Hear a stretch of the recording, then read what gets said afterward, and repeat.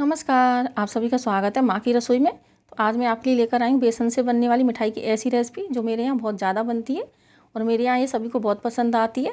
तो इस रेसिपी को बनाने में समय भी ज़्यादा नहीं लगता, 15 मिनट में ही बन करके तैयार हो जाती है। और इसके लिए बाहर से भी कोई सामान लाने की ज़रूरत नहीं है, घर के सामान से ये रेसिपी बन करके तैयार हो जाती है। और ये रेसिपी बहुत ही सॉफ्ट बन करके तैयार होती है, एकदम मुँह में जाते ही घुल जाती है और इसको बनाना भी बहुत आसान है। तो देखिए मैं आपको तोड़ के दिखाती हूँ कितनी सॉफ्ट रेसिपी बन करके तैयार होती है, एकदम मुँह में घुल जाने वाली। इसको बनाने का तरीका बहुत ही आसान है। पहले भी मैंने आप लोगों के साथ रेसिपी शेयर की हुई है, लेकिन मैंने पहले इसको अलग तरीके से बनाया है। आज मैं इसको अलग तरीके से बनाने जा रही हूँ। तो इसको बनाने में मुश्किल से आपको 15 मिनट का ही समय लगेगा। झटपट ये घर के सामान से बन के तैयार हो जाती है। तो अगर आप लोगों को वीडियो पसंद आए तो वीडियो को लाइक ज़रूर कीजिएगा और नई नई रेसिपियाँ देखने के लिए चैनल को सब्सक्राइब कीजिएगा। तो चलिए रेसिपी शुरू करते हैं। तो सबसे पहले गैस पर कोई भी भारी तले वाली कढ़ाई रखेंगे। तो जो भी कढ़ाई आप लें तो भारी तले वाली ही लीजिएगा। और 1 कटोरी यहाँ पर बेसन लेंगे। तो मेजरमेंट किसी एक ही बर्तन से करेंगे, इसके लिए आप कोई भी कटोरी या कप सेट कर लीजिए, उससे ही सारा मेजरमेंट कीजिएगा। और बेसन को बिल्कुल लो फ्लेम पर करीब 3 मिनट तक भूनेंगे। तो बेसन को लो फ्लेम पर ही भूनिएगा, तेज़ गैस पर मत भूनिएगा। तो बेसन का हमें कलर वगैरह चेंज नहीं करना है, बिल्कुल हल्का सा भूनना है। अगर ज़्यादा भून देंगे तो जो मिठाई है उसका टेस्ट बदल जाएगा। तो इसलिए बिल्कुल हल्का सा ही भूनेंगे, करीब 3 मिनट तक ही लो फ्लेम पर भूनेंगे। और इसमें घी वगैरह कुछ भी नहीं डालेंगे, अभी सिर्फ ऐसे ही भूनेंगे। तो इसको भूनते हुए करीब मुझे 2 मिनट हो गए, बिल्कुल भी इसका कलर वगैरह चेंज नहीं हुआ है। तो अभी जो बेसन था हमारा हल्का सा भुन गया है, करीब 3 मिनट हो गए हैं मुझे। तो इसके बाद इसको गैस से नीचे उतार लेंगे और कढ़ाई से पलट करके तुरंत किसी बर्तन में डाल लेंगे, क्योंकि कढ़ाई जो है अभी हमारी गर्म है। और कढ़ाई में छोड़ देंगे तो जो बेसन है वो ज़्यादा भुन जाएगा और नीचे से जल भी जाएगा। तो इसलिए दूसरे बर्तन में तुरंत पलट लेंगे। तो जो इस मिठाई के लिए आप बेसन लें वो एकदम बारीक वाला लीजिएगा, मोटे बेसन का इस्तेमाल मत कीजिएगा। अगर मोटा बेसन लेंगे तो जो आपकी मिठाई है वो अच्छी नहीं बनेगी। तो बेसन को हमने दूसरे बर्तन में पलट लिया है। इसके बाद यहाँ पर हम 1 कटोरी से थोड़ा सा कम घी लेंगे। तो घी यहाँ पर हम देसी घी का ही इस्तेमाल करेंगे। तो जिस कटोरी से हमने बेसन लिया था उसी कटोरी से घी लेंगे। तो मैंने 1 कटोरी से थोड़ा सा कम घी लिया है और घी को हल्का सा गर्म कर लेंगे।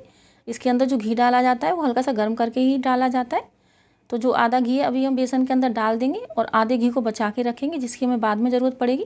तो यहाँ पर आधा ही घी डालेंगे और घी डालने के बाद बेसन और घी को अच्छे से मिक्स कर देंगे। तो देखिए इतना घी हमने बचा के रखा है, तो इसका इस्तेमाल हम बाद में करेंगे।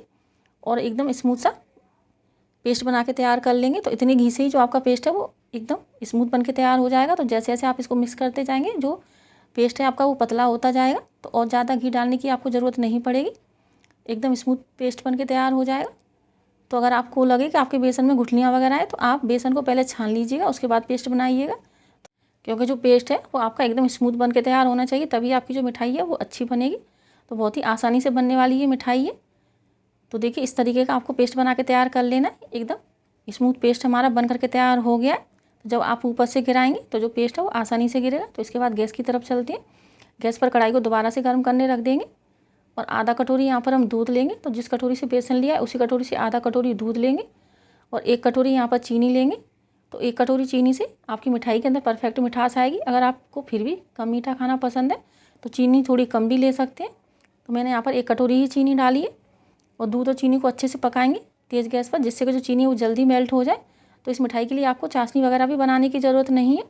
तो बहुत से लोगों को चाशनी वाली मिठाइयाँ बनाने से डर लगता है, क्योंकि चाशनी जो है वो कभी परफेक्ट नहीं बन पाती है, कभी कभी लोगों से कभी ज़्यादा पक जाती है या कच्ची रह जाती है। तो इसमें आपको कोई भी झंझट नहीं लगेगा, बिना चाशनी के ही बनने वाली मिठाई है। और आप थोड़ी सी बातों का ध्यान रखेंगे तो जो आपकी मिठाई है वो परफेक्ट बन करके तैयार होगी। तो देखिए जो दूध था वो अच्छे से पक चुका है, चीनी भी घुल गई है। तो इस तरीके से आपको चिपचिपा सा बना के तैयार कर लेना है। जब चीनी आपकी मेल्ट हो जाए उसके बाद आपको करीब 2 से 3 मिनट और पकाना है। तो दूध के अंदर चिपचिपाहट आ गई है। जब हम हाथों में मलेंगे तो हमें तेल जैसा लगेगा, जैसे हम तेल को मलते हैं। तो इसके बाद जो पेस्ट हमने तैयार किया था उसको डाल देंगे और चलाते जाएंगे। तो पेस्ट को दूध के अंदर मिक्स करते जाएंगे। तो इस तरीके से जो मिठाई बनाएंगे हम वो एकदम सॉफ्ट, मुंह में घुल जाने वाली बन करके तैयार होगी। तो सारा पेस्ट हमने डाल दिया है। पेस्ट डालने के बाद यहाँ पर हम जो हमने घी बचाया था उसको थोड़ा थोड़ा करके डालते जाएंगे। तो घी को हम दोबारा से हल्का सा गर्म कर लेंगे, गर्म करके ही डालेंगे। तो जो घी की गर्माहट है उससे बेसन जो है हमारा अच्छे से पक जाता है। तो आप लोग सोचेंगे कि बेसन को हमने अच्छे से भूना नहीं है तो बेसन जो है वो कच्चा रह जाएगा, लेकिन यकीन मानिए बेसन बिल्कुल भी कच्चा नहीं रहेगा, अच्छे से पक जाता है। जब हम उसके अंदर गर्म घी डालते हैं तो बेसन हमारा धीरे धीरे पकता जाता है और दूध के अंदर भी हम इसको अच्छे से चलाते रहेंगे जब तक कि जो बेसन हमारा पक नहीं जाता है। तो घी को अच्छे से मिक्स करते जाएंगे और थोड़ा थोड़ा करके घी इसमें डालते जाएंगे। तो जो घी है हमारा वो करीब 3 से 4 बार में हम उसको थोड़ा थोड़ा करके डालेंगे। तो इसका कलर भी बहुत अच्छा आता है। इसमें आपको कोई भी कलर वगैरह डालने की ज़रूरत नहीं पड़ेगी, एकदम नेचुरल कलर है इसका ये। और देखिए कितना अच्छा लग रहा है, एकदम शाइनी हमारी मिठाई बनकर के तैयार होती है। कितनी अच्छी चमक आ जाती है बेसन के अंदर। तो घर के सामान से ही बहुत ही स्वादिष्ट मिठाई आपकी बनकर के तैयार हो जाती है। अगर आप इस मिठाई को मार्केट से ख़रीद के लाएंगे तो मार्केट से बहुत ही महंगी आती है, और घर पर आप एकदम साफ़ सुथरे तरीके से बिना किसी मिलावट के बना के तैयार कर सकते हैं। तो थोड़ा थोड़ा करके घी डालते जाएंगे। तो बहुत से लोग आधा घी और आधा रिफाइंड ऑयल का इस्तेमाल करते हैं। तो आप चाहें तो आधा घी और आधा रिफाइंड ऑयल भी ले सकते हैं। लेकिन जो आपकी मिठाई है वो अगर आप देसी घी में बनाएंगे तभी जो आपकी मिठाई है वो एकदम मार्केट जैसी बनकर के तैयार होगी। अगर आप रिफाइंड ऑयल का इस्तेमाल करेंगे तो उतना अच्छा टेस्ट नहीं आएगा। तो इस मिठाई को देसी घी के अंदर ही बनाया जाता है। तो देखिए कितनी अच्छी साइन आ गई है मिठाई के अंदर। तो जैसे जैसे हम इसको पकाते जाएंगे वैसे वैसे ही जो पेस्ट है वो नीचे तले को छोड़ता जाएगा। तो हमें पेस्ट को तब तक पकाना है जब तक नीचे इसमें झाग झाग जैसे नहीं दिखने लगते। तो देखिए जैसे आप पलटेंगे तो नीचे आपको झाग झाग दिखाई देंगे। तो समझिएगा जो आपका पेस्ट है वो बन करके तैयार हो गया है, सेट होने के लिए तैयार है। तो इसमें नीचे नीचे आपको झाग दिखेंगे। तो अभी इसको नीचे से उतार लेंगे और पेस्ट को नीचे उतार के थोड़ा सा ठंडा कर लेंगे। तो देखिए इस तरीके का पेस्ट आपको बना के तैयार कर लेना है। जब आप इसको सेट करेंगे तो बहुत ही आसानी से ये सेट हो जाएगा।